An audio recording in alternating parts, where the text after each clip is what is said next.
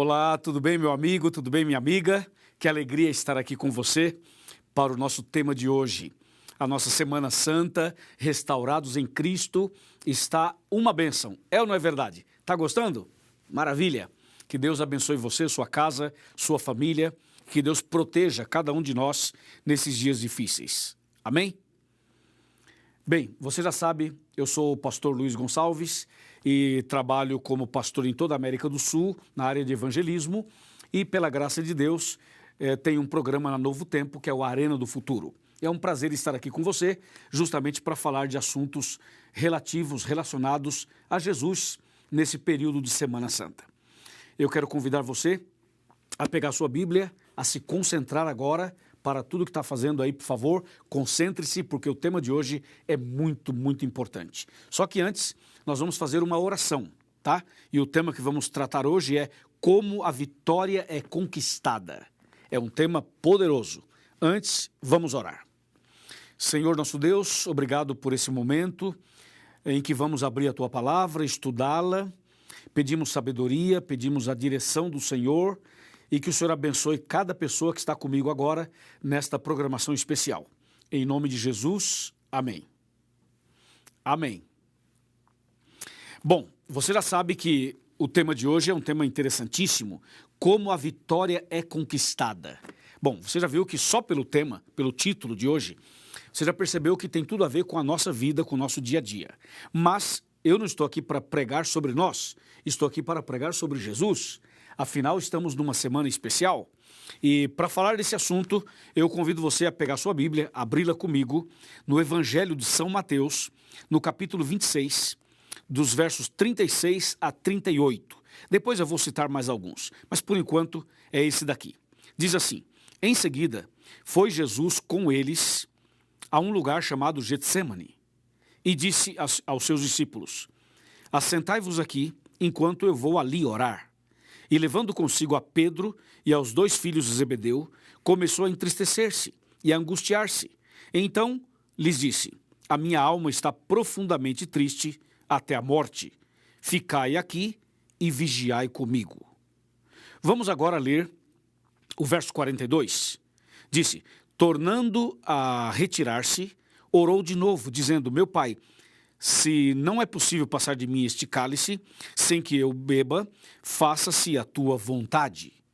Verso 43. E voltando, achou-os outra vez dormindo, porque os seus olhos estavam pesados. Uau, que texto, hein? Que texto, que história. É uma história comovente, emocionante, impressionante. Essa é uma parte da história de Jesus. Você sabe que Jesus veio a esse mundo com um objetivo muito claro. O objetivo de Jesus, ao vir aqui, era morrer na cruz. Por que morrer na cruz? Porque era a única maneira de salvar a humanidade do pecado. A Bíblia diz em Romanos 6, 23, lembra desse texto? Fala assim: o salário do pecado é a morte, mas o dom gratuito de Deus é a vida eterna em Jesus Cristo. Então, quando o pecado entrou nesse mundo, o pecado trouxe coisas horríveis, terríveis. Primeiro, nos separou de Deus. Depois, trouxe consequências para a nossa vida e para todo o planeta. Hoje o planeta está todo contaminado, poluído, né? A natureza, os animais, tudo que Deus criou, de alguma maneira foi afetado pelo pecado. Mas na vida humana, o pecado foi muito cruel. Além de nos separar de Deus, trouxe dor, lágrimas, doenças, problemas familiares, problemas conjugais, problemas de vícios, problemas e problemas e problemas. É ou não é? Por exemplo, os hospitais estão lotados, as clínicas estão lotadas, as clínicas de psiquiatria estão todas lotadas. Hoje temos problemas físicos, emocionais e espirituais. Hoje você pode observar que a pandemia, por exemplo, tem sido um problemão para a humanidade. Mas não é a primeira pandemia, já tivemos outras pandemias no mundo. Então você vê que o pecado trouxe coisas muito dolorosas para a humanidade. Então Jesus veio aqui para nos salvar do pecado. E a única maneira de nos salvar do pecado era morrendo na cruz, certo? Por isso ele veio para morrer na cruz. Agora atenção, antes de morrer na cruz, Jesus fez várias coisas incríveis. Por exemplo, ele abençoou as pessoas, ele curou pessoas, ele ressuscitou pessoas, ele trouxe uma palavra de esperança, uma palavra de alento, uma palavra de ânimo, uma palavra bendita para tantas e tantas pessoas. Agora, por que Jesus não curou todo mundo? Ele curou um cego, outro cego, mas não curou todos os cegos. Ele curou um paralítico, um aqui, outro ali, mas não curou todos os paralíticos. Ele curou um leproso, 10 leprosos, tal, mas não curou todos os leprosos. Ele curou algumas pessoas, mas não curou todo mundo. Por quê? Porque o objetivo de Jesus não era curar fisicamente o ser humano. Não adianta curar fisicamente e a pessoa continuar sendo pecadora.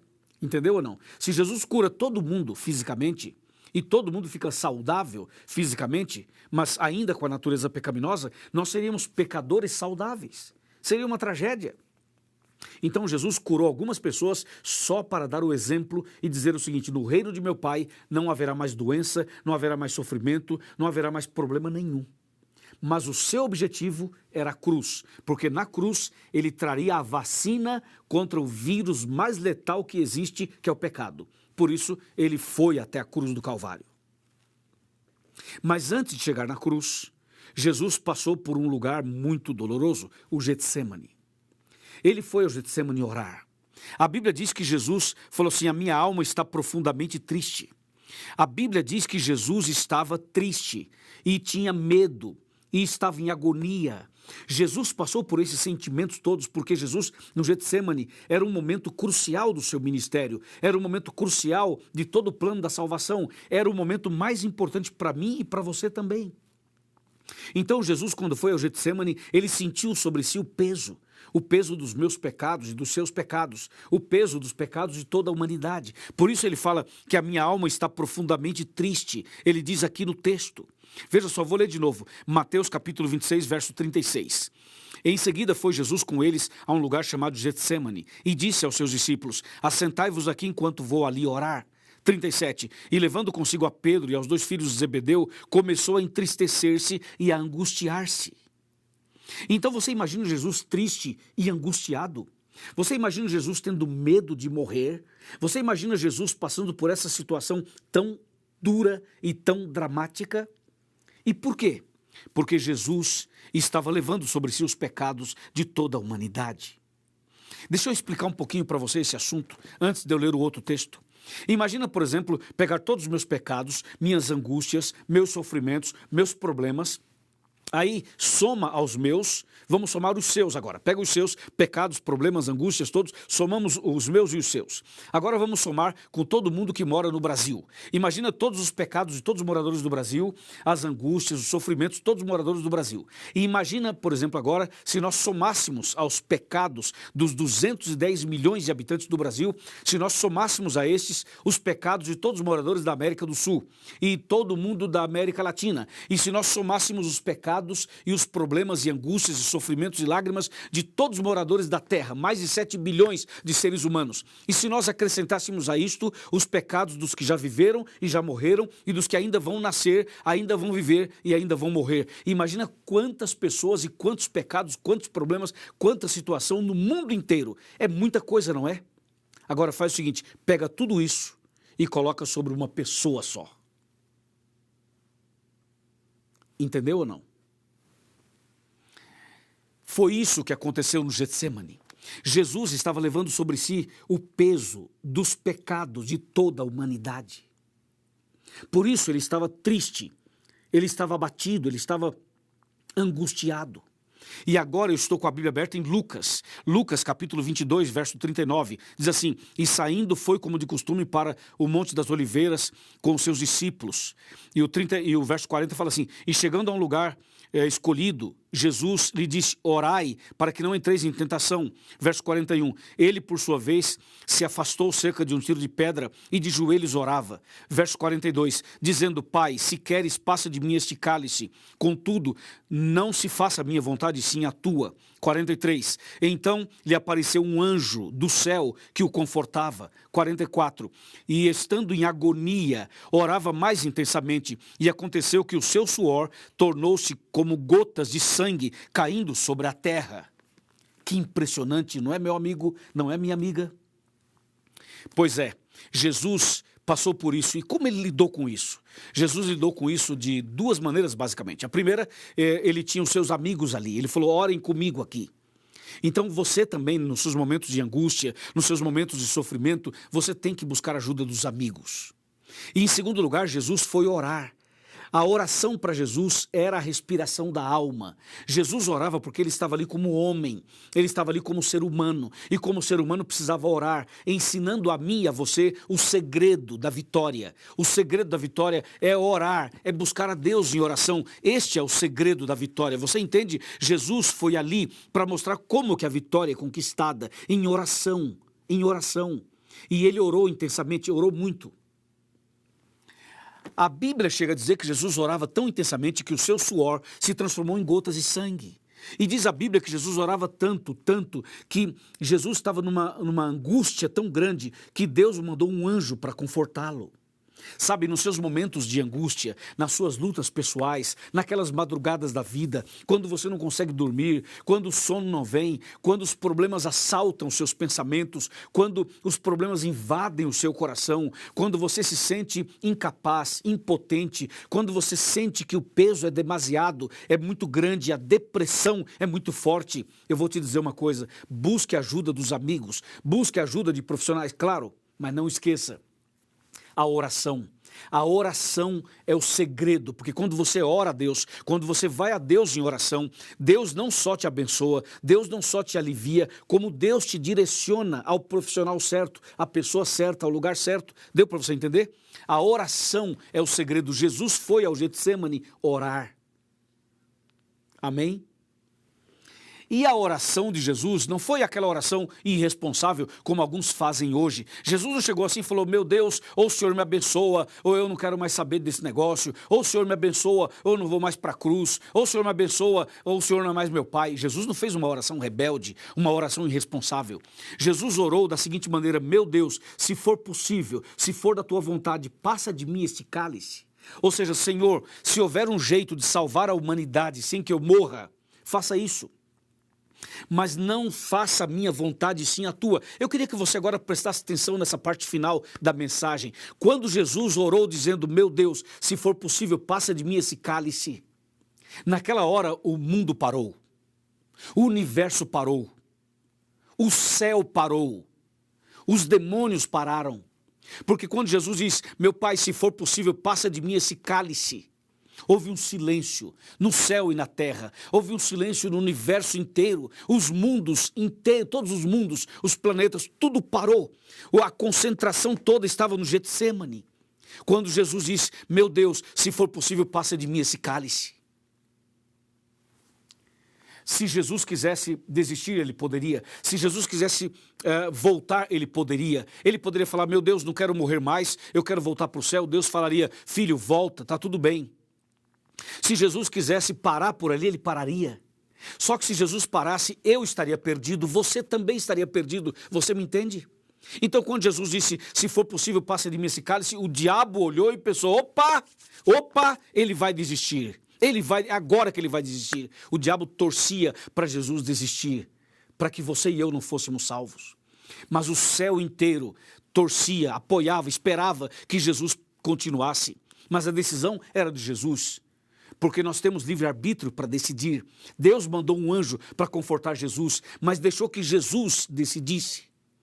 E Jesus, graças a Deus, graças a Jesus, Senhor Jesus, muito obrigado, porque o Senhor não desistiu. Sabe o que Jesus fez? Jesus falou, Senhor Deus, se for possível, passa de mim esse cálice. Mas a oração não parou aí, aleluia, a oração não parou aí, glória a Deus. Jesus disse, meu Deus, se for possível, passa de mim esse cálice. Todavia, não faça a minha vontade, sim a tua vontade. Ó Deus maravilhoso, é ou não é? Amém? Então Jesus disse, meu Deus, seja feita a tua vontade. Quando ele fala, seja feita a tua vontade, Deus diz, meu filho, a minha vontade é que você vá até a cruz para salvar a humanidade. E Jesus foi até a cruz e morreu por você e por mim e nos salvou. Na cruz, Jesus salvou a humanidade. Jesus pagou o meu resgate, pagou o seu resgate. Jesus restaurou você e eu na cruz. A restauração foi garantida na cruz. A salvação foi garantida na cruz. Por isso que a Semana Santa se chama Restaurados em Cristo. Amém? E você sabe que Jesus, ele vai até a cruz e morre por nós. Depois ressuscita, garante a nossa salvação. A sua salvação e a minha está garantida. A gente só precisa aceitar e se entregar e andar conforme a vontade de Deus. Se fizermos isso, seremos salvos. Porque a salvação já está garantida. Porque o preço do resgate já foi pago. Entendeu? Jesus não desistiu de você. Ele poderia ter desistido ali no Getsêmani, mas não desistiu. Ele foi até o final. Ele orou no Getsêmani, Deus lhe deu força, o anjo de Deus estava ali, Deus confortou Jesus, Deus fortaleceu Jesus, Jesus foi em frente. Sim, esse mesmo Deus está com você, Ele pode fortalecer você, Ele pode abençoar você, Ele pode curar você, Ele pode encher você de graça, encher você de paz, encher você de coragem, encher você de intrepidez. Não desista, não desista. Jesus não desistiu de você, não desista dele, não desista da igreja, não desista da Bíblia, não desista da caminhada, vai em frente, porque Jesus está com você. O mesmo anjo que veio confortar Jesus é o anjo que está do seu lado. É a mão de Deus sobre você para que você não retroceda, não desista. Você pode me falar, mas pastor Luiz, está difícil, eu imagino. Pastor, mas está doendo, eu imagino. Ninguém me entende, ninguém me apoia. Eu sofro preconceito, eu fui rejeitada, eu fui rejeitado. Abusaram de mim, me violentaram, me invadiram minha privacidade. Eu fui traída, eu fui traído, eu fui abandonado. A situação aqui em casa está complicada. Eu imagino que a sua vida pode estar de cabeça para baixo. Mas escute uma coisa, Jesus no Getsêmani estava em angústia também. Ele sabe o que você está passando. Ele sofreu, ele sabe o que você está passando. Ele transpirou sangue pelos poros. Você entende isso? Ele sofreu, ele gemeu, ele gritou, mas diz a Bíblia, ele não reclamou, nenhum momento reclamou, nenhum momento ele abriu a boca para reclamar. E ele não desistiu de você. Ele falou, eu vou até o fim, e ele foi por você. Não desista, vá até o final. O céu é logo ali, a vitória está chegando, a vitória está pertinho. Não desista agora, não desista agora, vá firme, porque Deus é contigo. E se Deus é por nós, quem será contra nós? Me diz. Amém? Amém? É isso. Como que a vitória é conquistada? Na cruz, com perseverança, com oração, com apoio de amigos. Assim a vitória é conquistada. Eu pergunto, você aceita Jesus como Salvador? Você aceita Jesus como Senhor? Você quer entregar sua vida para Ele? Você quer ser uma nova criatura? Quer nascer de novo? Você não acha que Jesus, depois de tudo que Ele fez por você, Ele merece que você entregue a vida para Ele? Assim como Ele entregou a vida para salvar você, você não quer entregar sua vida para Ele? Eu tenho certeza que sim. Você não quer se batizar? Eu creio que sim. Você precisa começar hoje uma vida nova. Você aceita começar uma vida nova? Você aceita nascer de novo? Você aceita o batismo? Você quer entregar sua vida para Ele completamente? Sem reservas? Ah, mas eu não tenho fé. Venha sem fé. Ah, mas eu não conheço muito a Bíblia. Venha assim mesmo. Ah, mas eu tenho medo. Venha com medo. Ah, mas eu estou com depressão. Venha com depressão. Ah, mas eu sou católico. Venha católico. Ah, mas eu sou evangélico. Venha o evangélico. Ah, mas eu sou espírita. Venha o espírita. Ah, mas eu sou ateu. Venha você que é ateu. Ah, mas eu sou uma pessoa que não tenho tempo, sabe? Eu trabalho muito, não tenho tempo. Venha você sem tempo. Jesus está chamando você. Apenas venha, apenas aceite, apenas abra o coração, deixa Cristo entrar na sua vida e Ele vai fazer uma mudança completa na sua vida e vai te dar a vitória e você vai ser uma pessoa vitoriosa, como Jesus foi vitorioso, você também será. Amém? Amém. Meus parabéns. Então eu vou pedir o seguinte, a pessoa que está do seu lado aí, esse irmão da igreja, essa irmã, o pastor, o ancião, o evangelista, a pessoa que está acompanhando você, agora eu quero que você anote o nome da pessoa que está tomando a decisão, que quer nascer de novo, o seu amigo que está entregando a vida a Jesus, anota o nome dessa pessoa, acompanha, ajuda, apoia, e vê se a pessoa precisa fazer um estudo bíblico, faça o estudo com ela, ajude na preparação para que essa pessoa seja batizada o quanto antes. Amém? Muito obrigado. Deus te abençoe. E agora, vamos orar. Curve a sua cabeça, vamos orar. Meu Deus e meu Pai, obrigado porque o Senhor não desistiu de nós. Ajuda-nos também a permanecermos firmes, a não desistir desse caminho. Eu entrego em tuas mãos este homem, esta mulher, este jovem, esta pessoa que decidiu hoje. Entrego em tuas mãos este lar essas pessoas todas e que a tua graça se manifeste na vida dessa pessoa hoje e sempre. Em nome de Jesus. Amém.